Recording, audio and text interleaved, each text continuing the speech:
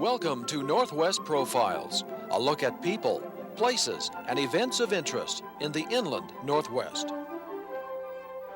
For a fan, there's nothing like it. The sight, the sound, and the smell of automobile racing. Once it's gotten hold of you, you're hooked. For a driver like Spokane's Chad Little, it goes beyond that. Automobile racing itself, it's very challenging, and I've always been a very competitive person, athletic-wise, and racing, I don't know if there's any more of a challenging sport. It's not a sport where you have to be real strong. You don't have to be in the shape to run a triathlon, but yet it's a thinking sport. It's an experience sport, and what I mean by that is that there's so many situations that develop out there that you're just not you can't overcome them until you experience them. And you realize at 24 years of age, Chad has a surprising amount of experience in auto racing, owed largely to his father, former owner of Spokane Fairground Speedway, and also a former race car driver. I grew up around racing ever since I can remember. I was either out working in the concession stands or sweeping brooms or helping guys in the pits, just doing anything I could to get involved, helping out at the racetrack. And then when I was 15, my father and I built a local street stock together, and then from there it just went up the ladder to the different types of racing and the different classifications. It was probably when I was about 21, right in that area, where I started thinking that, okay, I do have a chance to maybe race professionally. And like I said, my father told me that he would back me 100% if I would give the commitment to try to make it and not give up. I started thinking that, well, maybe I do have a chance, and so then I'll start going for it. And that's when, how do I make myself more marketable and yet keep my summers free so I can do nothing but race and concentrate on sponsors and things like that. And that's where law school entered into the picture. After graduating from Washington State University in 1985 with a Bachelor of Arts in Business Administration, Chad was accepted and is currently in his final academic year in the Gonzaga University Law Program. It might sound silly, it sounds like a lot of money I spent to go to law school when I don't plan on being an attorney. But then again, I think the education that I've gotten in law school, I wouldn't trade it for anything. It teaches you the business world, it teaches you how to get along with professionals. There's a lot of good aspects that I've learned. I want to race for a career, and whatever it takes for me to do that, that's what I'll do. If I have to pass the bar exam and practice law for 5 years to get there, then that's what I'll do. But if I'm fortunate enough to get the sponsorship help and help from other individuals that it takes to get there, then you're right, then I probably won't ever practice law. So I'll just have to wait and see. But my love is in racing, and that's what I want to do for a career, and so whatever it takes to get there, that's what I plan on doing.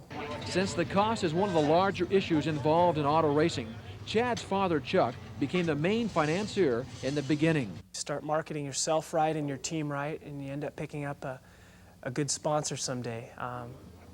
Fortunately, that happened to us just this year with Coors Beer. And over the years, Coors has proven to themselves that automobile racing sells their product.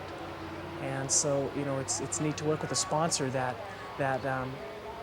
it recognizes that. And so for that reason, they want to work with you to help market you at the same time market their product. We actually have 3 cars. 2 of the cars are Western Grand National, they're called. And they're steel body cars. They weigh 3,000 pounds, about 600 horsepower. They are used in the NASCAR Western Grand National Series. They're the same type of automobiles that race at Daytona, Talladega, Darlington, those races back east, the big races back east. It's the same set of rules, except we're just on a smaller scale because we're on the West Coast. And the car in the background here is a fiberglass car. It's also, it races with NASCAR, but it's NASCAR Northwestern Tour. And the car weighs 2,800 pounds. It's a little more streamlined. The motors are limited in horsepower by 9-to-1 compression engines, and we can only run a maximum of 390 CFM carburetor. And so that's how they limit our motor rules. But so the 3 cars we have are 2 Western Grand National, and then the 1 car right here, the fiberglass body Northwestern Tour car. With the harried schedule of racing 26 times a year between the months of April to October, Chad usually finds himself racing nearly every weekend. One of those weekends was a stop at Tri-City Raceway on the NASCAR circuit in West Richland, Washington. Tri-Cities track is a tri-oval, though. It's a little larger than a half mile. It's got 3 sets of turns, and on the second set, you don't have to hit your brakes at all. You just kind of coast through it. It's a very fast racetrack. When we get to a racetrack, I've always been of the philosophy that the car should be race ready. So then we'll go out on the track and we'll practice. We'll come back in, the car will be immediately jacked up. The temperatures of the tire will be taken on the inside, the middle, and the outside of all 4 tires. Air pressure will be taken to see if it's varied any by hot lapping. And then the stagger, it's called, is taken, which is circumference of the tire itself. My little younger brother, Maureen Jason, and Bob Christensen, those 3 are responsible for the tires. And what they'll do is they'll analyze the tire temperatures, and that'll determine whether a camber or caster change has to be made.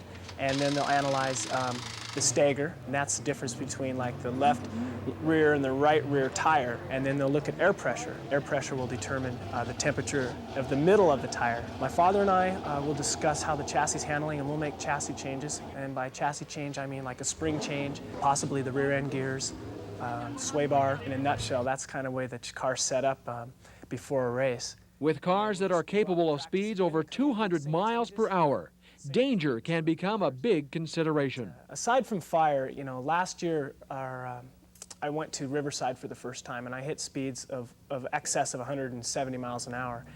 And for the first time, you know, I felt that little fear, you know, but I overcame it, and it took about probably 20, 25 laps of practice. You know, I think any race car driver would have to admit that, yeah, you get scared, but if you ever get scared to the point where the fear of the speed or what you're doing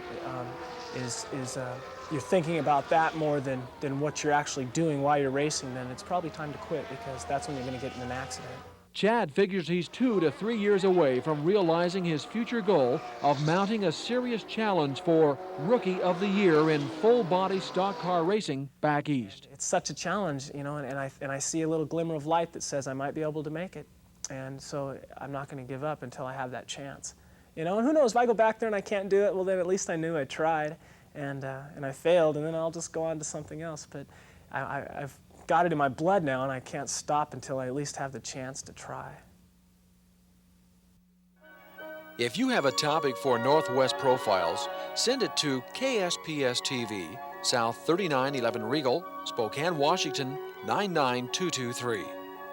Northwest Profiles is a presentation of KSPS TV.